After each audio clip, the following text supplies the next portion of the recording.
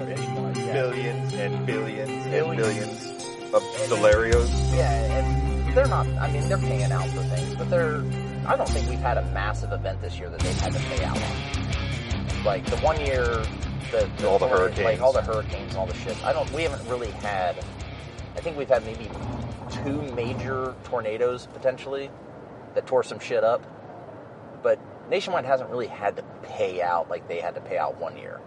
And so it's just this thing where, like, everybody would get $300 in the entire company. I'm like, that's a goddamn insult. And Liz still works there, and she won't say it. I'll just say it for her. It's an insult. When I started at the company that I worked for, my first year bonus working there was $16,000. Jesus. That was like, I got a hell of a bonus. Now, it's wound down quite a bit since then. But, like, the first year was, like, 16. The next year it was 12. Because it was based on what we were doing. And we were a smaller company at the time. And we were printing money. I mean, we were printing money. Just, we were renting out. Like, we would have a company party every quarter. And we would rent, like, the Hilton. Like, the biggest ballroom the Hilton had. Mm-hmm. No one did any speeches. We stood around and drank and ate our weight in shrimp. Mm. Like, you probably would have developed a shrimp allergy. If you iodine allergy.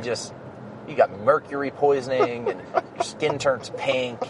We just ate shrimp. Because we cut. All the scripts. Yeah. Now the bonuses have whittled. They have cut way back. It's not even a quarter of that, but it's more than the measly $300 to $500 that Nationwide pays out for their bonuses. So you said you went to the car place after. I went to the car place after Abercrombie. Where does Nationwide come into all this? A couple years down the road. So I went to. What was after the car place? After the car place, I went. I did 1 day of door-to-door sales. It was selling vacuum cleaners? No, selling coupons. What the fuck? It was a pyramid scheme of pyramid schemes. Like, it was supposed to be this thing where, like, you would go and you just went door to door and like, hey, I'm offering these coupons. Coupon books. Blah, blah, blah, blah, blah, blah. It's $50. You're saving $150 on shit. Mm-hmm. But it was like a legitimate pyramid scheme. Like, you had to bring people in under you. So you were constantly people were constantly being brought in. So, like, there was the head guy, mm-hmm. and then he brought 2 people in, and then they brought 2 people in. And they told 2 friends, and they told 2 friends, and so on, and so on, and so on. And it just became this, it was like, the minute that, like, I walked around. You said 1 day. Yeah, I walked around in dress pants and a shirt and tie in 90-degree heat in Grove City, and I'm like, fuck this, I'm out. Yeah. Like, I am not doing this shit. And then I ended up, a friend of mine, who is actually my boss now, he worked for a print shop. And he's like, well, this print shop's got an opening. Like, it's another print shop. You'll be their typesetter, designer. You can go work there. He's like, but I must warn you. It comes with a caveat. It comes with a caveat. He goes, I don't know what it pays, but the owner is kind of... He's kind of an asshole. Like, he micromanages. And I'm like, well, how do you know he micromanages? He's like, he'll bring stuff over to our shop, and he will stand over my shoulder while I set everything up and get it ready to go off to the printer. And I'm like, I need a job. I'll take it. Mm-hmm. Or no, I take it back. I went to Buyers. I went to Buyers Imports before the print shop, which is a car dealership. Okay. So that's where, like, not my newfound love, but my rekindled love of Porsche came from. Because I worked with Porsches and Audis and European cars. And Subarus. Not a European Jaguar, car. The Subaru was the only one that wasn't European, but those brands were the brands that I was driving around, and I met a bunch of great people there. The boss I had there, him and I didn't get along. very thick Spanish accent. He was from Puerto Rico. He really didn't get along with anybody in the shop. And to this day, me and a couple of the guys I still talk to that I worked with can't understand why he did not get fired before he left. Now, I can be a difficult person. This guy, holy shit. Like he was an employee? Yeah. He threatened to fire us every day. All I did was wash cars. Customer cars come in for service, wash the car down by hand, take the car back out to the lot and park it. Customer comes in to get the car, all done. Get a page for a number, go grab the car, bring it around front, take all the paper and plastic out of the car, throw it away, rinse, repeat. No. My daughter is FaceTiming me. Holy shit, that's loud. That was loud. Yeah. Let's see what she has to say. Hey, Bear. Hi. I can't do FaceTime right now. I'm driving, sweetie. Okay. I miss you. I miss you. I came and gave you a kiss before I left. What are you doing? I'm playing with my Etch-a-Sketch. Oh, okay. In your room with your LED lights? In your full sleeve tattoo? No, downstairs. Oh. Okay. Anything else? I was playing with my puppet. Yeah. With Mama. Did you beat your score? No, because it was passive. Oh, okay. Okay. Did you say bop it? Bop it, yeah. Oh, those things are making a comeback? She's got a bop it that looks like Olaf from Frozen. It's actually kind of cool. We played with it last night. Okay. Well, are you behaving for Mommy? Yeah. Okay, you keep behaving, okay? Okay. And I'll try to call you later this evening. Okay. All right, I love you. Love you. Bye-bye. Bye. She's sweet. But, yeah, Sammy was kind of a dick. Like, sounds that way. He was just every day. It was like, you don't do the job, I fire you. You know work, I fire you. No soup for you. No, yeah, it was like, so, and the other guy and I we're washing cars. It's not rocket science. It's not like we're not doing all this crazy shit. Making like, meth or anything. Yeah, I mean, we probably could have, and we would do like auction runs, which were a blast. So you would drive down to Grove City, and you would pick up auction cars that were purchased. Mm-hmm. So you would drop a car off at the auction, and you may pick up 2 or 3 cars, and we would race on the way back. Because you're in like Audi TTs and S4s, and they were buying those at auction. Oh fuck yeah, yeah. Well, repos or repo cars or like like sheriff purchased or not sheriff repossessions, essentially. Yeah. They get picked up and go off to the impound lot, and then they never get picked up, and then they get sold to auction. I would like to go with someone one day that knows enough about cars that could help me buy an auction vehicle. It's almost now like you have to have a dealer's license to even get in there. Oh, really? Yeah, because you have to have a dealer's license, and you have to know what you want, and you have to have cash on hand. Right? Yeah. Like it, because they are like physical cash. Oh yeah. Like drug dealer, like wads. And a fucking gym bag full of 20s. Yeah, because they're when I did it, when I was picking stuff up, we had to have a sheet, and it was already a purchase order that was already done. So we were just handing a purchase order over when we would pick up our cars. Mm-hmm. That's how we got our keys. But they were already paid. They were already purchased. They were already purchased. We're basically just handing over a receipt of payment to collect keys so that we could drive them back.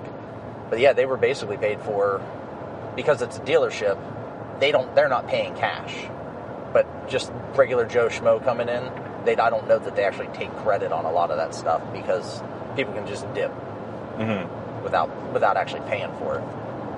So, but it was fun. I mean, we would get TTs and Porsches, and we just race out, because you would get right out of Grove City, right on 270, and Buyers Imports was right off of 270. So you had a good 10 to 12 mile stretch of nothing but highway. And just balls to the wall, middle of the day, no cops anywhere, no traffic, hitting 150, just fucking going at it. Back and forth. It was a blast. We only did that a couple times. But like that's where like I've drove like $200,000 cars, like these Porsches and these Jaguars that are just ridiculous. Rahal, Bobby Rahal. I've driven Bobby Rahal's S4 and a couple of his Porsches when because he would store his cars there and we needed to move them around.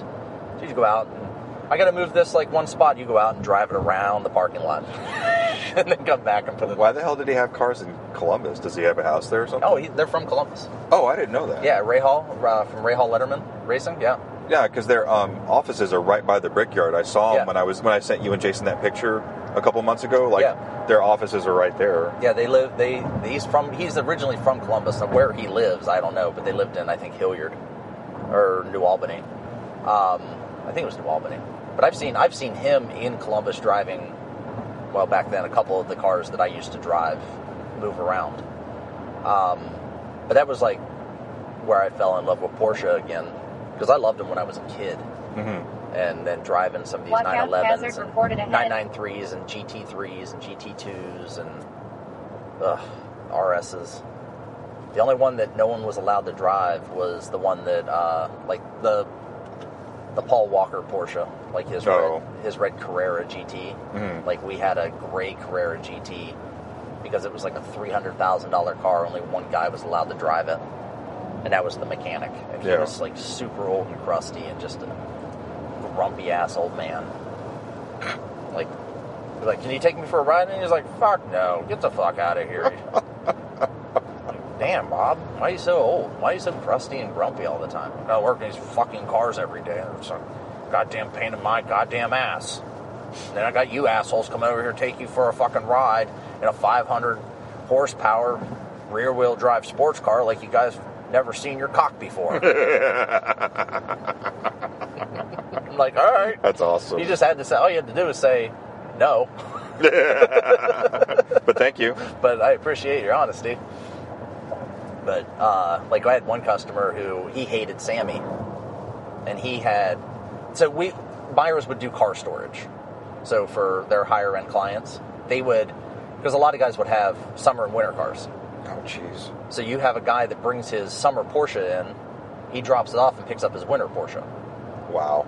So he would bring in like this one guy, just this one particular guy, he was probably my favorite customer. I don't know his name, never ever caught his name. He would bring in, he always drove I was only there like a year. So in that year he was driving like a brand new, it was like 2008, 2009, I can't remember the year, Porsche GT3, which is like stupid expensive car. It's race ready. Like you can buy it to take it out to the track. Yeah, all you need is a helmet. Yeah, because it's got a roll cage built into it. Yeah, right? You can get a roll cage put in it. No, I mean, I thought there was one. I thought there was.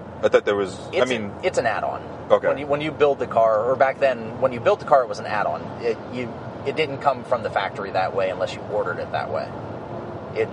But it came with, it had 5-point harness and the whole thing, and it was a manual. And he pulls in the one day and walks inside and talks to one of the service writers, and he's like, "Hey, I'm here to drop off my GT3. I'm going to pick up my 87." He's like, "And then just go ahead and put this in storage." He goes, "But the 87, I need you to take it over to Tire Discounters over on Bryce Road," which was a 20-minute drive away. He's like, "I need you to take this over to Bryce Road and get 4 new tires put on my 87. Some Z-rated. Yeah. And he's like, "Well, no, winter tires." Oh, okay. Like, we could have done it. Yeah. But he had this thing with Tire Discounter that's where he take his shit for some reason. He's like, "So I need you to take the 87 over there." He goes, "And then my wife's coming to pick me up, and then I'll be back to pick it up later today." And I'm like, he's like, "Okay." And he calls Sammy, and I'm standing there in the front. And he's like, "Sammy, I got a car for you to run out." And he goes, "No, that asshole doesn't drive my cars." He goes, "The last time he drove one of my cars, he dented the fucking door." He goes, "That guy doesn't drive my cars." He goes, you. He pointed at you. I'm just there. He's like, you. Here's the keys to my 87. He goes, go get my... He's like, I need you to take this over to Bryce Road to Tire Discounters. Sit and wait for them to put the tires on and then bring it back. And I looked at Dave and I'm like... He's pointing at me? He's like, well, he goes, you're getting paid either way. He goes, I'm like, well, I got to tell Sammy. He's like, fuck Sammy. Shit. So I left. I was gone for 3 hours. And I drove this shit brown 87 Porsche. I know exactly what color you're talking about because I remember seeing those ones and I was like, man, who would buy a Porsche that color? Yeah, it was shit. It was doo-doo brown. It had doo-doo brown interior, like doo-doo brown carpet, doo-doo brown seats, doo-doo brown headliner. But it was a manual. It was a 4-speed manual. Ooh. And it was a long, you're sitting in the car and it's not like here on the console. The shit's in the floor, and that shifter is easily 2.5 foot long to get all the way down to the hub on the floor. So there was no center console like you have in cars today. Mm-hmm. It was just 2 bucket seats, 2 cup holders back here between the two of you, and flooring. Because kids, that's what they did in the 80s. Metal dashboards, no seat belts, and nothing. And that thing drove like a champ. And I'm like, I got to get me one of these. Well, I couldn't afford it then, and guess what? I can't afford it now. An 87 Porsche runs for about $36,000 with 80,000 miles plus on it. Yeah. And you can get into the 40s and 50s. I'm just like, holy shit. I'll own one when Bitcoin hits $1 billion, and the $12 worth of Bitcoin I own now goes up to $1,000. But yeah, so then there was Bayer, and I left Bayer when I got the print job. I'm like, I have to get out of Bayer's. It was that bad, huh? Well, working with Sammy was bad. It wasn't that the job itself was bad. It was the people. Working for Sammy was bad, and there was no way to go up. Like, there was nowhere to go unless I wanted to be a mechanic. No one was leaving the detail shop to do detailing. Obviously, I wasn't going to go be a salesman. And I didn't really want to be a mechanic because I did that basically every weekend on my car. You didn't want to do something that you do for fun as a job. Yeah, I get that. So, ended up leaving there. The day that I left, I typed up a resignation letter, and I gave that to Sammy's boss. Sammy got a Post-it note that said, "Fuck off, I quit." That's all he got. And I left it like on his desk, but apparently he never saw it. Oh. But his boss told him that I was quitting, and he like come running over with like the resignation letter. And he's like, what the fuck is this? What the fuck is this? I'm like, what do you mean what the fuck is it? I said, I quit. Ah, fuck you. What do you mean you quit? You don't fucking quit. You get fired. I fire you. You're fired. I'm like, jeez. I looked at him. I'm like, get bent, Sammy. I said, go fuck yourself. And his boss is standing there, and he's just like, what the fuck is going on? And I'm like, Sammy's trying to fire me. He's like, he can't fire you. Sammy doesn't have the right to fire anybody in this company. And I'm like, you fucking telling me this now? He's like, he just looks at me and goes, Sammy, he goes, you can't fucking fire anybody. And he's like, he goes, fuck you, you fired too. Shit. He just didn't get it. And it wasn't like a joke, he was serious. Yeah. Like, he was trying to fire, and we had another guy that worked for us, his name was Jose. He was an illegal. Jose disappeared. The first time. The first time? Jose disappeared, and he was gone for like a week. And Sammy's like, bad news, fellas, bad news. Jose gone. I'm like, what do you mean Jose's gone? He's like, Jose gone. ICE got him. Deported. Jeez. I'm like, oh shit, like for real? I didn't realize, like, I didn't realize he was not legal. Next week, Jose comes walking in, he's like, hola. And everybody's like, hey. Jose didn't speak English. Yeah. He's just walking, he's like, hola. And you're like, hey. We're like, hey, bro. Hey, what's up? He's like, you go back to Mexico. Yeah, see. Yeah. And you're back? And see, he just got this big smile on his face. I'm like, shit, all right. And he just picked up where he left off. Yeah. Not a care in the world. Like a month later, Jose disappears. Gone for 2 weeks this time. And they're like, well, Jose got nabbed again. After that 2 week period, he shows up. He's like, hola. He's like, again? He's like, see? Mexico? See? You back? See? You got ice? Shit. He'd look over his shoulder. I think he got deported 3 times in a 9-month period while we worked there. And that right there kind of makes me question, not necessarily question, but like I'm scratching my head like, it's not like Columbus is a border town. It's not. No, it's actually really far from Texas. It's closer to Canada. Yeah, it's about 1,000 miles to Texas. It's a good 2-day drive. And he was doing this shit in like literally 2 days. He'd get deported, he'd get back across the border, and he was back to work like immediately. It was crazy. So, and then I left Byers and I went to work for a print shop.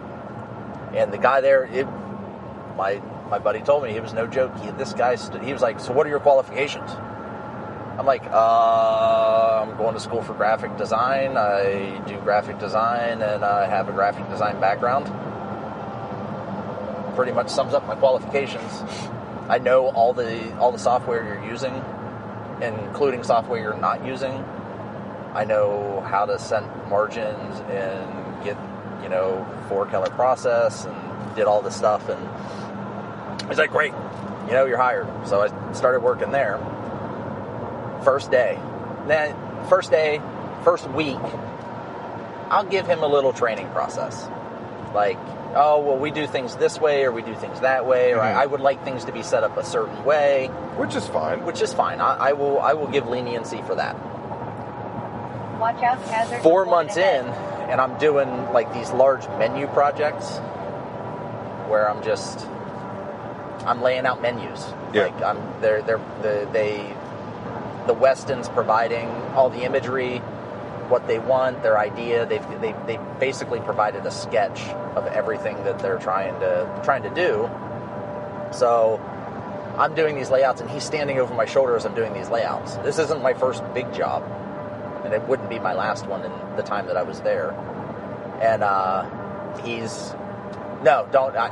little more. I need more padding. I need more margin. Can you bump that up? Hit your keyboard up key twice. I'm like, who's doing the work here?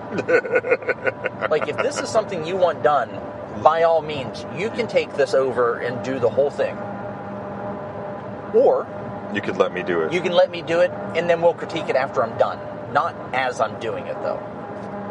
Like, I will gladly take your critique, but I'm not going to stand here and have you tell me what you want while we do this thing.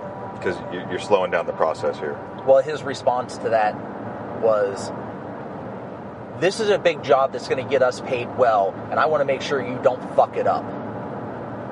And I just looked at him. Welcome to the team. Have I ever fucked up anything we've done? No. Okay. Good. Now that we've established that I haven't fucked up any project, you have. I have not. Let's critique it after I get done, and we will go through it line by line, page by page, image by image, and we will move things around as necessary. Well, I did that, and once he saw how I had everything laid out, which was the proper way to actually lay out... Oh, versus just how he did it. Versus how he would have done it, because he was an English background. He was like a language background. He wasn't a designer. He knew how to do things the way he knew how to do them. He didn't know how to be efficient about it. Yeah, he didn't know how to actually do it the right way. And I was actually in printing classes while I was working at this place, like how to use Quirk, which is a Mac version of a print program, and InDesign or PageMaker at the time, and InDesign, and doing stuff in all these different print applications from Adobe and Quirk. And it was just like he would fuck shit up regularly. Like, just because he didn't know what he was doing. Yeah. He would, like, I would lay out stuff in layers and do all this stuff. He would put everything on one layer because he didn't understand how layers work. Oh. Which I can understand. And how to turn layers on and off and be able to view so you can check things and prioritize them. And that's how I set everything up. And he redid the I just learned menu. about layers with Pixelmator. Oh, yeah? Well, I don't really do a lot of graphic stuff. Layers are like a godsend. Well, someone was asking me, this girl's asked me to help her build a collage that she wants to get printed out. So I just like started looking up stuff, and I'm like, oh, okay. Yeah. Well, that's what all these things are on the left. Yeah, layers are the shit. Layers are the best thing. Yeah. You can throw an original. Because you can group shit together. You can group it. You can take an original image and lay that, like the image you want to work on. Mm-hmm. You make a copy of the image that you want to work on, so that you don't lose the original image if you save it, or it auto saves accidentally. Layers are the best. So he ended up redoing the entire menu on one layer. On one layer, and it looked identical to what I did. Uh-huh. Like, there may have been a couple, like, that's just not how he did it. Tweaks here and there, but he did not like the way that I set it up. So he redid it. So he wasted. I worked on that. I think I put 40 hours of time. I was gonna say, that's gonna into it. That's gonna be a couple hours to redo something. Yeah, he delayed the project to redo it, and it took him almost 3 times it almost took him 3 weeks to finish. I did it in a week. Mm-hmm. It took him almost 3 weeks to finish the job. Another 3 weeks on top of that. He told him that he couldn't meet the deadline. That's a you thing. I'm like, no, we met the deadline. Yeah. And we were just doing 4-color process, which is when you send it back for print, when you do 4-color process, it just breaks it out into a black and white image in RGBK. Mm-hmm. Red, green, blue, black. And then the printer just makes a plate out of each one of those, layers them together, and it prints out in the appropriate colors based on the 4-color process. Yeah, it could have been done. He could have gotten paid now. A lot quicker. A lot faster. I did another project for Toyota Lexus. Germain Lexus Toyota. Yeah. They had these checkoff sheets. Oh, okay. No, they were mechanical checkoff sheets that they asked to be designed. They're like, we don't want anything crazy, but here is what we want. Mm-hmm. We want, and they just had like a sketch. So I laid out this beautiful sketch with all it wasn't really beautiful. It was a fucking form, but they don't know that. They don't know that. But they laid. That's not important. The back end of it was when you went through and you would disable layers. Like, everything was just very fluid. Found out after I quit. He took credit for it. He took credit for. Well, no, he didn't take credit for it. He went in and redid that one too, and it never printed right after he redid it. Like, it was always off. The margins were always off. So you had a solid black line, and then you would have a red, yellow, or green square, depending on what it was. All the squares were off, so there was always this white spot, and the printer could never get it to adjust properly because every time it would. Because he didn't do it right. It was never set up properly. Yeah, it was this whole thing, and that wasn't the first time. Like, him and I would get into arguments over how things should be set up. When I was working for him is when my mom died, and this was the straw. Like, this. When my mom passed away, it was like, I need to take a week. You know, I didn't know what bereavement pay was. Yeah. And I never asked for it. I just said, I need to take a week. My mom passed away, and I just need to go handle that with my dad. And so I left that day, that Friday, and I didn't come back until the following, like, the next Monday. You need to get in this lane. No, I go this way a lot. It's fucked up down here. I have to get over once this car passes. I want to get the hell out the way. Fucking Indiana drivers. So I ended up going, home and doing. You know what? There you go. Come on over, homie. I got back to the shop, and he pulls me aside, and he's like, "So, I know you were dealing with that thing last week." That thing. And I looked at him, I'm like, motherfuck, what? I said, that thing? I said, that thing was my mom passing away. I said, how about you have some fucking humanity? I said, you're a piece of shit. You know that? I said, you know what? Fuck it. I said, I'm done. I said, I'm looking for something else. I said, I'm not quitting. I said, I'm looking for something else. I said, don't refer to my mom as a thing. Yeah. I said, you're an asshole. And his wife was standing right there when I said it. And she looked at him and she goes, her eyes just dropped. Like she couldn't believe. Like, I can't believe you just said that to him. thing. Yeah. Well, then she pulls him aside and she goes, you stay right there. Because they owned it. She ran all the financials and he did all the, no one knows what the fuck he did. So she ran all the financial stuff. So she pulls him aside, pulls him in his office, into her office. They had separate offices too. And you can hear her laying into him, like, how fucking dare you? You don't do that. He works for us. He's too young to lose his mother. Like, This is in 2008. That's when my mom passed away. So it was just like nailing after it. And he comes out and his head down and he just walks by and is like, I'm sorry. Oh, we were supposed to be over there. Oh, I wasn't paying it. That's my fault. And he's like, I'm sorry. And she goes, I can't hear you. And I hate to laugh about it, but I was seething pissed. Oh, I can completely understand. She calls me into her office, and she's like, you are not in trouble here. She's like, this isn't, she goes, let's get up at the next one. Yeah. She goes, you're not in trouble here. She goes, I'm giving you 3 days of bereavement pay. She goes, we don't pay out she goes, you don't get PTO here.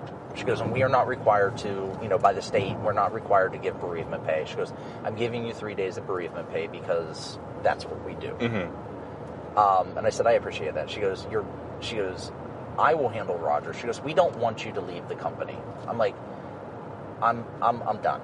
I said, I can't deal with him anymore. Mm-hmm. I said, it's not you. I love what I do. Like, I honest to God, I like it. I said, but I can't deal with the micromanaging and everything else. I said, I'm going to start looking for something else. I said, you can start looking for a backfill. I said, and I will train them. I said, but I will be leaving. Once I find something. Oh, I don't have a stoplight. I'm fucking sitting here like I got a goddamn stoplight. Oh, I thought you did too. I said, I'm done.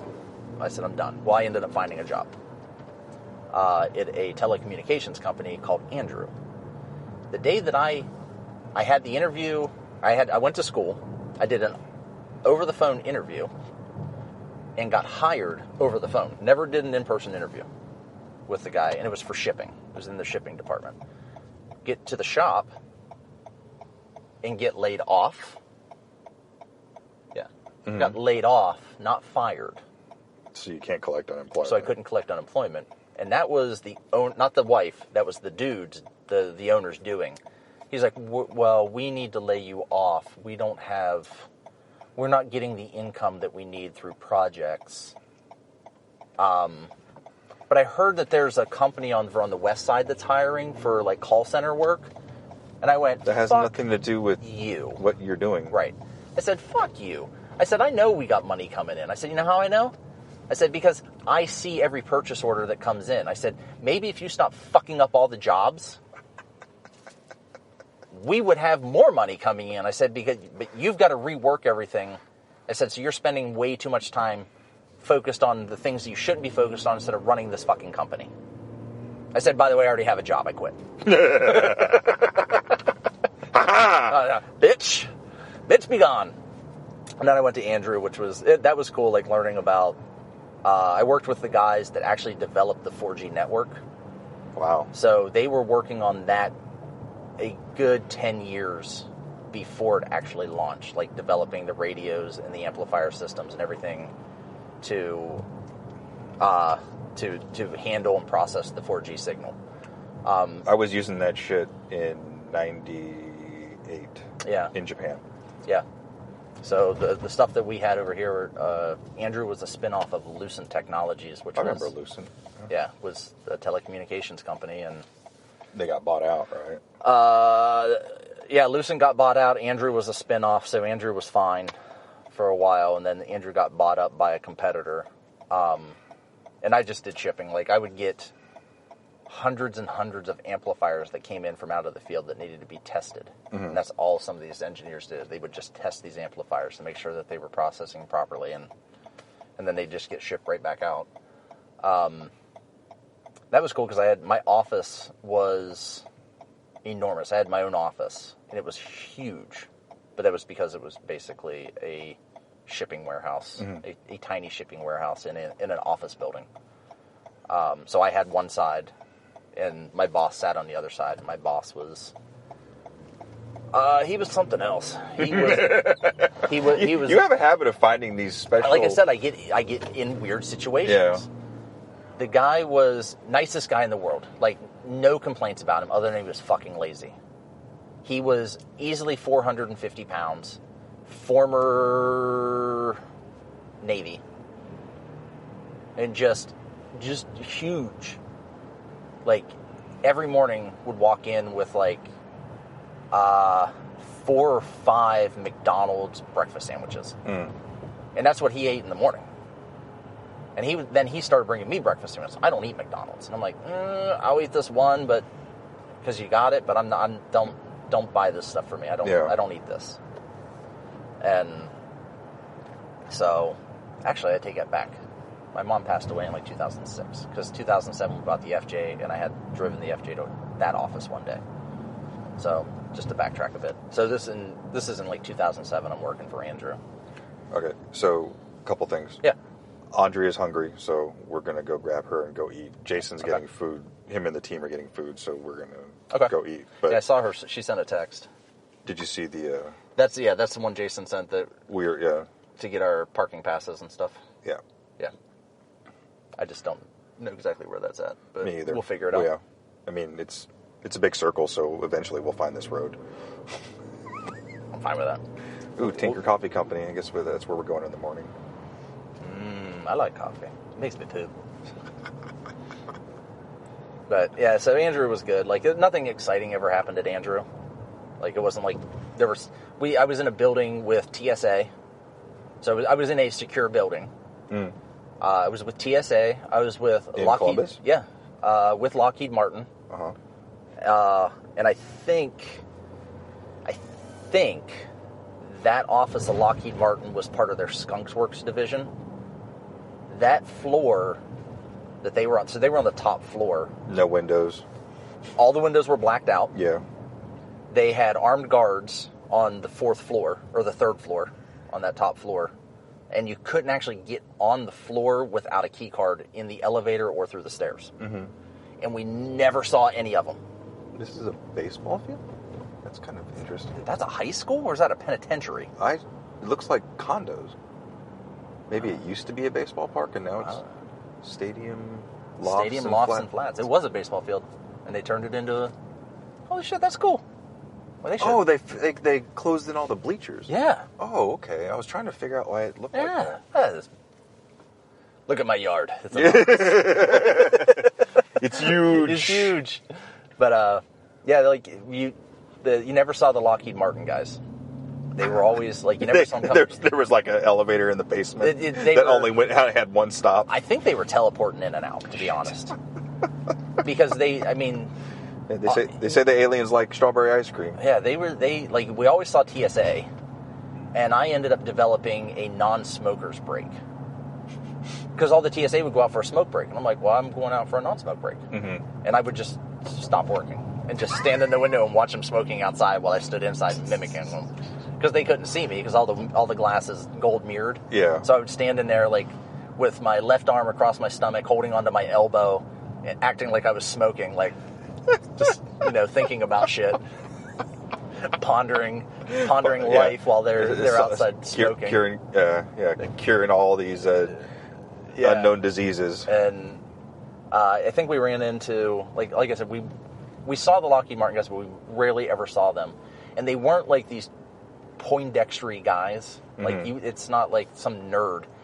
Like, they come walking down, and they're in like cargo shorts and flip-flops, and you're like... They were like dudes. They were like dudes, and you're like, what do you do here? And they're like, oh, I work for Lockheed Martin. Yeah. Why do we never see you? That was it. They put the blinky thing in front of your eyes. Like, hey, look at this. Whoa! Like, hey, who are you? What do you do here? Work for Lockheed Martin. Why do we never see you? Fuck. Got to get him again. Stop doing the blinky thing. But, like, there, occasionally you'd see like a crazy black SUV show up at the front of the building. We were at the back of the building. Just murdered out. Just no license plates. Like, government plate, like blue government plate style shit. And it's got like one number on it. Yeah, it's like 2. And you're just like, all right, well, someone important's here. And it was, they never, you just never saw or heard from him. And then from there, I got in at Nationwide after that. And then I left there after 4 or 5 years of pretty cushy job. The management just wasn't to my liking. Yeah, you've told I've talked about that to the company I'm at now, which I will remain nameless. Yeah, we'll cover that on the drive home. But yeah, it's been my work history has been that looks pretty legit. King kind of ribs, expansive. Yeah, you know, I miss Burger Chef.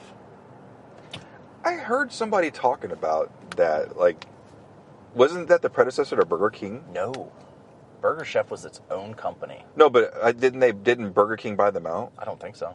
I don't think so, because we had a Burger Chef and a Burger King in East Liverpool, and the Burger Chef is where all the old dudes went and hung out and drank coffee every morning. And I think that Burger Chef ended up closing around, it had to have been like 85, 86. And yeah, I watched a documentary about it, I think. Really? Recently. Hardee's bought them out. Oh, okay. When was that? It had to have been back in the mid-'80s. Because our Burger Chef disappeared. Like, it closed down, and now the final Burger Chef restaurant closed in 96. And I think it was, if it's the same thing I'm thinking about, it was somewhere in Indiana. Yeah, because I used to love going there. I couldn't get my parents to take me out to fast food ever. Like, my parents were not fast food people, which is why I'm not a huge fast food person myself. But it was, I'm like, can we go to Taco Bell? Nope, we're going to Chi-Chi's. I want Taco Bell. Taco Bell's garbage, Chi-Chi's is better. And now Chi-Chi's is no longer around. Yeah, they all shut down after the cilantro thing, right? Green onions. Oh, is that what it was? Yeah, the green onion debacle. But they still have salsa. Yeah. In the stores. Well, it's probably under a different company. Yeah, I think Mel was talking about Burger Chef, and I didn't know what it was, so I looked up a little mini documentary on YouTube, and they talked about the whole history. Interesting. Oh, I always loved it. That's where my Uncle Chuck used to go hang out and drink coffee with his other old men people. Did they used to have the condiment bar or something? God.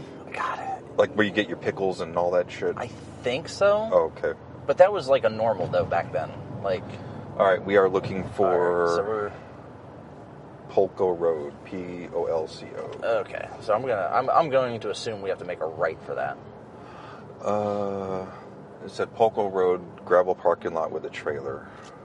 Did we see anything on the mappy map? That's what I was. You may be able to pinch and zoom on that. I don't know. I don't remember. We are here. Welcome to the Motor Speedway in Indianapolis. Look, I just saw Jeff's car. Holy shit. Just saw number 91. Oh, really? Yeah. I swear to God. That's cool. I just saw it out there. The Lamborghini. Well, there's the Speedway. Okay. That's a gravel lot. So there's there's the trailer right there. Oh, well, okay. I'm in the wrong maybe we're on lane. Polco Road. Okay. I'm in the wrong damn lane. But we're going to rectify this problem real quick and get in the right lane. Watch this. We're from Ohio. It's cool. It's cool. Evasive driving. Fuck off. I'm going in here. You see how that works? We go here, and look at that. And it just puts us here. And then we come back out here because we're going through. Because U-turns are illegal, so we'll just U-turn in the parking lot. Yeah. Oh shit! I should have went. Although I guess I probably could have turned in. What do you say? There's a little chair near the sidewalk. You asshole. Call, go there and get your hard card. Fucking make that turn. So I'm assuming. So we need to go here. Yeah. Although we can't. How are we supposed to get in? They just pull up on the sidewalk. I guess. Pull it down here. I guess we'll just have to walk it.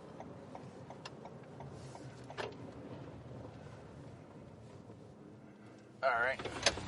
There's that. Whoop.